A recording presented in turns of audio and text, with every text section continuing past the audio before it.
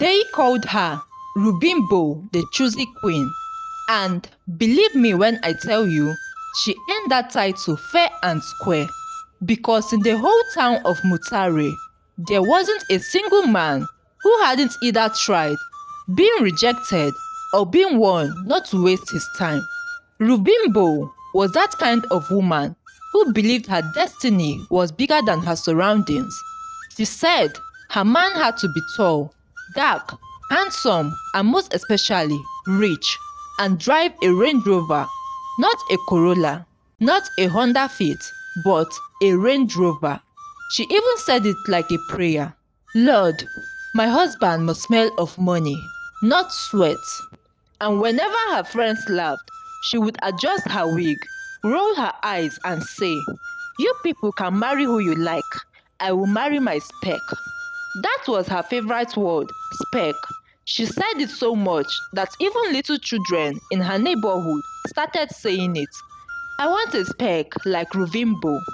But life has a way of humbling even the proudest. And Ruvimbo's story, became a lesson that people still whisper about at weddings, beauty salons, and even church fellowships. It started 5 years ago.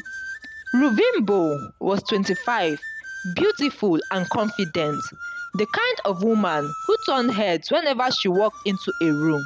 She worked as a teller at a local bank in Harare, always perfectly dressed, always smelling of expensive perfume. Her mother, Mama Ruvimbo, sold tomatoes and onions by the roadside. Her father was a retired driver. They were humble, but they gave her everything. The problem was, Ruvimbo thought she was too good for her own people. When the first man proposed, Tapiwa was his name, a hardworking mechanic. She laughed so hard, she almost choked on her Fanta. A mechanic, grease on his hands, over my dead body. I want a man whose hands smell like Dior, not diesel. Tapiwa walked away quietly. People said he eventually married a nurse and moved to South Africa. Ruvimbo didn't even care. She said that her husband was still loading, that he would find her soon. Then came number two, a teacher. She rejected him laughing. What could a teacher offer her? She mocked. Number three, an engineer. She rejected him because his car was too old and dusty. Number four, a small business owner. She claimed he was too stingy for her liking, that he was short and his English was funny. By the time she rejected the 10th man, her mother started getting worried. My daughter, Mama Ruvimbo said one night as they sat outside shelling granules, don't let pride eat your destiny. Oh. A good man is better than a rich fool. Ruvimbo smiled sweetly. Mama, love doesn't pay bills. I want a man with standard. I want my spec. My spec will find me. Her mother sighed. Keep waiting then. Just remember, even ripe mangoes fall from trees when no one picks them up. Months turned into years. By the time Ruvimbo was 28, she had rejected 32 men. Her friends had married. Some already had kids. Every wedding invitation felt like a slap, but she refused to show it. She kept saying, I'm not desperate. I'm waiting for my spec. And one day, he will find me. Then, one day, life threw her a curveball. A new client walked into the bank. He was tall, dark, handsome. He had a perfect smile, wore designer clothes, and yes, he drove a black Range Rover. His name was Tinashe. Her heart nearly stopped. She adjusted her hair, straightened her uniform, and put on her most professional smile. Good afternoon, sir. How may I help you today? I'm here to open a business account, he replied, flashing a confident grin. When she saw the account balance mentioned, her mouth went dry. 20 million Zimbabwean dollars? That night, she couldn't stop thinking about him. Finally, her spec had arrived. Days passed and soon they started talking more. He flirted lightly, complimented her perfume, and told her she looked too fine to be walking behind a counter. Her colleagues teased her, calling her Mrs. Range Rover. Tinashe said he owned a construction company in Harare and had just returned from South Africa. He was charming, smooth, and generous, exactly what she prayed for in a man. Before long, he started picking her up from work. Ruvimbo was falling deeply for him each passing day. She said to herself that God had finally answered her prayers. They began dating. Ruvimbo found her pride and confidence once more. Soon, the whole neighborhood began whispering. One lady said to her friend, "Ah, our dear Ruvimbo has finally found her SPEC. Oh. Miracles they happen." Some ladies envied her. Some prayed their own SPEC would locate them soon, just like Ruvimbo. Tinashe took Ruvimbo to fancy restaurants, bought her expensive perfumes, and introduced her to his business partners. Although she never saw him sign any documents, he promised her the world. "Ruvimbo, I want to take care of you. I see a future with you. You deserve luxury." She melted. Or other days when he would say, "I want you to be the mother of my kids. I need that pretty face for my offsprings." All were lies. Ruvimbo's mother noticed the change immediately. "You have been smiling like someone who saw heaven," Mama Ruvimbo teased one evening. "Mama, this time is different," Ruvimbo said. "He's my SPEC." Mama Ruvimbo gave a faint smile. I hope your SPEC is real this time."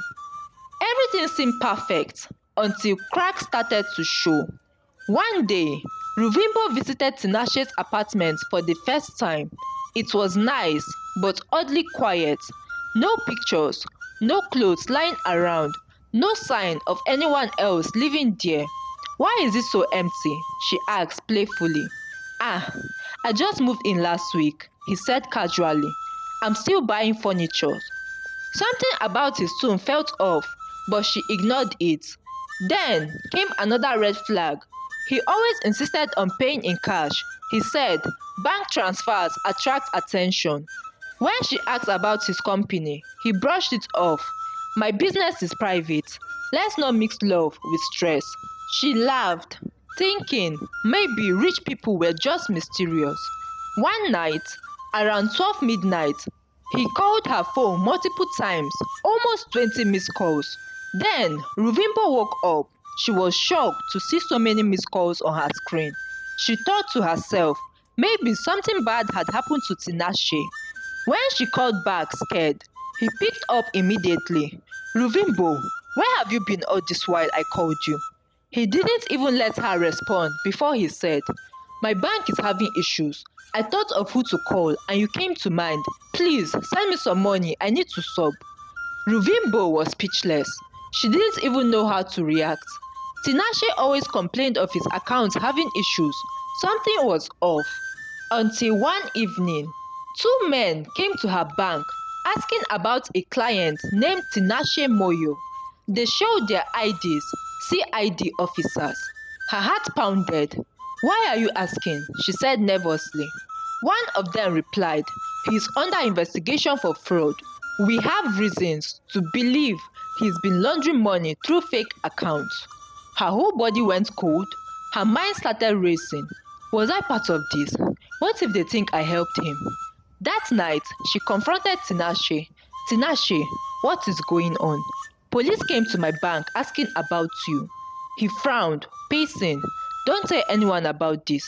They are just jealous of my success. You know how this country is. When you make money, people want to drag you down. So, is it true?" "Of course not. You think I'll risk you for that nonsense?" But her gut told her otherwise. A week later, he disappeared. Phone off, apartment empty, his car gone. Ruvimbo panicked. She went to the police station, trembling, and explained everything that happened. The officer looked at her and sighed, then said, "Miss, that man has scammed over 50 across Harare. Fake business deals, fake bank accounts. You are lucky he didn't use your name too." Ruvimbo almost fainted. Her colleagues heard the news. The same people who envied her started whispering, didn't she say she's the only one that dates rich men? Haha, see how she is now. Her SPEC ran away."